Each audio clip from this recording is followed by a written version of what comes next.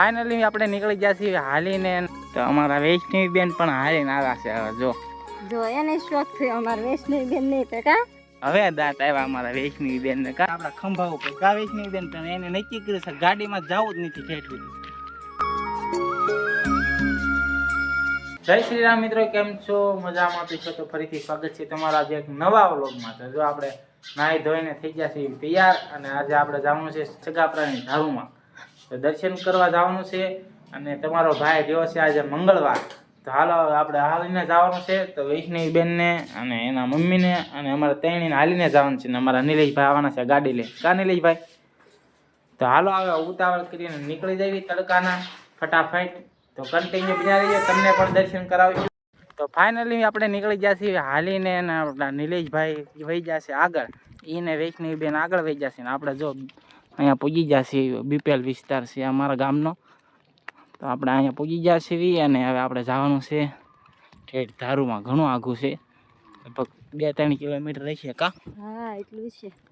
તો તડકો થઈ ગયો છે ફૂલે ફૂલ. 12 વાગી ગયા છે એટલે તડકો તો ફૂલ હોય. તો ચાલો continue. A few moments later. તો અમારા વૈષ્ણવી બેન પણ હાલીને આવ્યા છે. હવે જો એને શોખ થયો અમારા વૈષ્ણવી બેન નહીં તો કા વૈષ્ણવી બેન ને ગાડીમાં ન મજા આવી. તે નિલેશભાઈ ને કે ઉભા રહ્યો. તે કા ને વૈષ્ણવી બેન આવી જશે અમારે હારે. કા વૈષ્ણવી બેન ચોટી જાય હો ભાઈ, કે આમ મીંદડા કેમ ચોટે એમ અમારા વૈષ્ણવી બેન ચોટી જાય. શું છે? અવેડો ભાળી ગયા અમારા વૈષ્ણવી બેન. હે નાવા જવું છે? તડકો લાગતો લાગે છે. તડકો લાગે છે બેન ને લાગવા મળ્યો છે તડકો. હવે તો કા વૈષ્ણવી તડકો લાગે છે બેન? રિહાઈ જાવ, બોલતા નથી બેન. તડકો તો લાગે ને અમને લાગે છે, વૈષ્ણવી ને લાગે ને. કા વૈષ્ણવી? નિલેશભાઈ કે કાંઈ આગળ ઉભા છે એટલે બેસી દઈશું. કા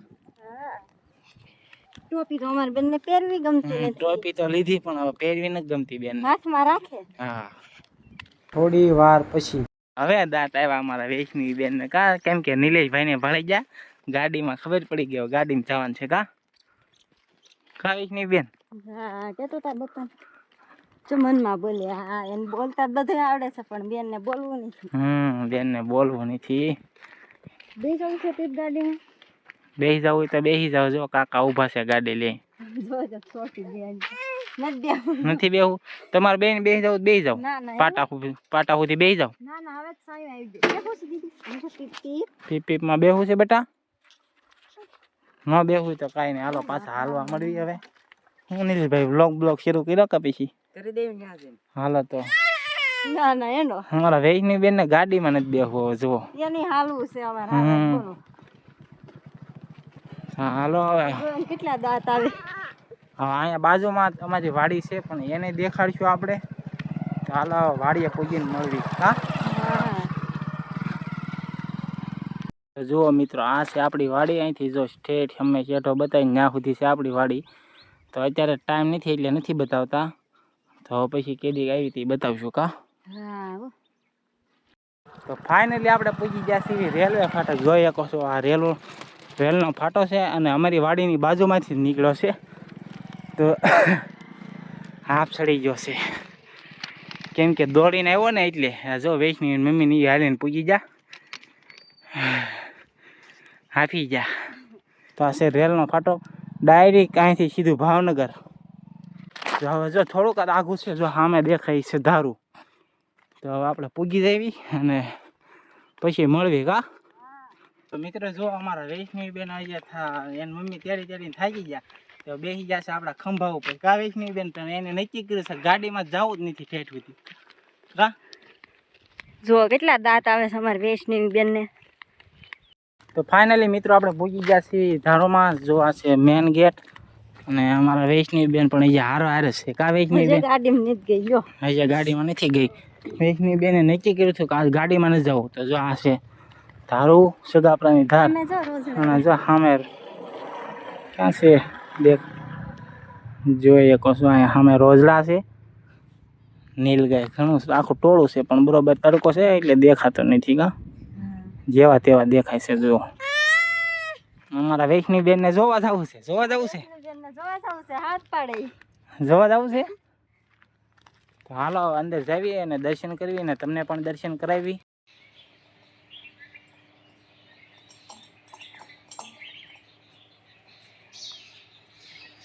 આણીથી પાડો બેન.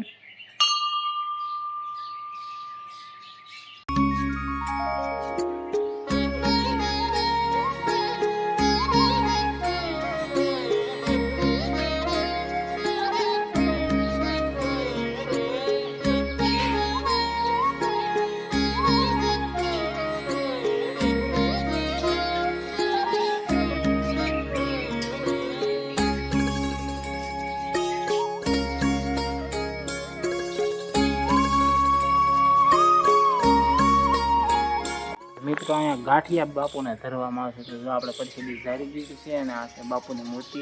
હવે અમે પણ દર્શન કરી લીધા છે ને તમે પણ દર્શન કરી લો. કમેન્ટમાં જય વિજયગીરી બાપુ લખવાનું નહીં ભૂલતા. તો આપણે અહીંયા વિજયગીરી બાપુના મંદિરે દર્શન કરી લીધા છે ને આગળ હવે અહીંયા છે મહાદેવનું એનું મંદિર, તો ત્યાં દર્શન કરવા જવાના છે. તો હવે જાવી હવે. અને અહીંયા તો મસ્ત વાતાવરણ છે અને આપણી ફેવરેટ જગ્યા છે એટલે આપણે અહીંયા વારા ઘડી આવતા હોય. અને મંગળવારે તો ખાસ કરીને આવતા હોય, કેમ કે આ મંગળવારે અમારા બાપુનો સ્પેશિયલ વાર માનવામાં આવે છે. તો મંગળવારે આવતા હોય ને અમે મંગળવાર રહેવાના હોય અમારા, એટલે મંગળવારે દર્શન કરવા આવી હાલીને કા. અમારા વૈષ્ણવીબેન ને આજ પણ ગાડીમાં ન મજા આવી, એ પણ હાલીને આવ્યા. તો હાલીને આવ્યા. હવે તો આ મંદિર દર્શન કરવા જઈએ મહાદેવને એના. હા હાલો હવે જાવું ને.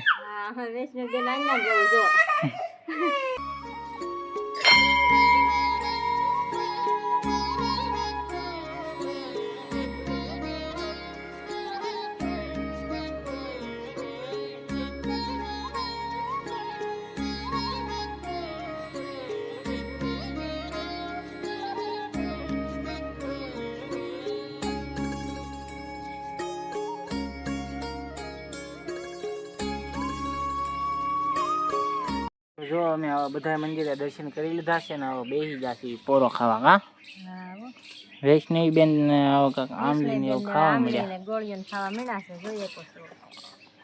અને અમારા વ્લોગર સાહેબ એની પાસે વ્લોગ શૂટ કરે છે ને પરસાદી લેવાઈ જશે, તો થોડી પરસાદી લઈ લેવી. આપણે તો લેવાય નથી કેમ કે આજે આપણે મંગળવાર છે, તો આ બધા પરસાદી લઈ લે. કા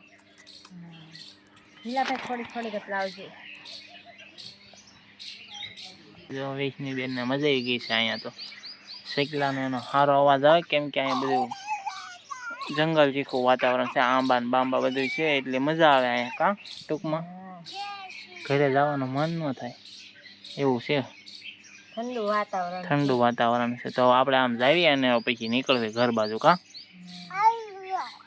જવું છે ને હે વૈષ્ણવી બેન, ઘરે જવું ને હવે. જો તો પરસેદી આવી ગઈ છે ને આ બધા લેવા મળ્યા છે. જો લાડવા અને ગાંઠિયા. કા બોલ તો ખરી. જો લાડવા ફાળી ગઈ ને એમાં કઈ બોલતી નથી. કા મિત્રો આપણે ધારોમાં દર્શન કરીને તો આવી જશે અને હવે આવી જશે અમારા ગામના નાગખેડા દાદાના મંદિરે. જોઈ શકો છો. તો આપણે અહીંયા વધારવાના છે નાળિયેર. તો શ્રીફળ જો આપણે આમાં લાવ્યા છીએ તો આપણે શ્રીફળ વધારી નાખીએ દર્શન કરી લેવી. તો તમને પણ દર્શન કરાવશું. તો ચાલો કન્ટિન્યુ જો અને હવે દર્શન કરી લેવી.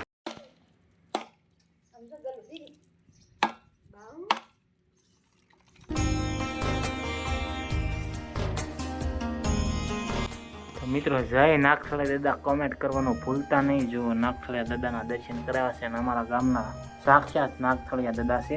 જો અમારા ગામમાં કોઈ પણ કાંઈ કવડ્યું હોય જીવજંતુ તો અહીંયા આવો અને દર્શન કરી જાવ એટલે તરત ઉતરી જાય છે. અને અમારા દવાખાને જવાની જરૂર નથી પડતી, એટલો ખાસ છે અમારા નાગખેડા દાદાનો.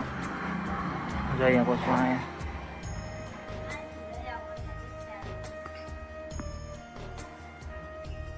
જય નાગખેડા દાદા કમેન્ટ કરવાનું ભૂલતા નહીં મિત્રો. તો નાગખેડા દાદાના મંદિરે દર્શન કરી લીધા છે, શ્રીફળ વધારી દીધું છે અને હવે આપણે જવાનું છે સીધું જ ઘરે. A few moments later. મિત્રો આપણે પૂજી ગયા છીએ ઘરે. તો અમારા બાએ ભૂંગળા તળી નાખ્યા છે. કાવા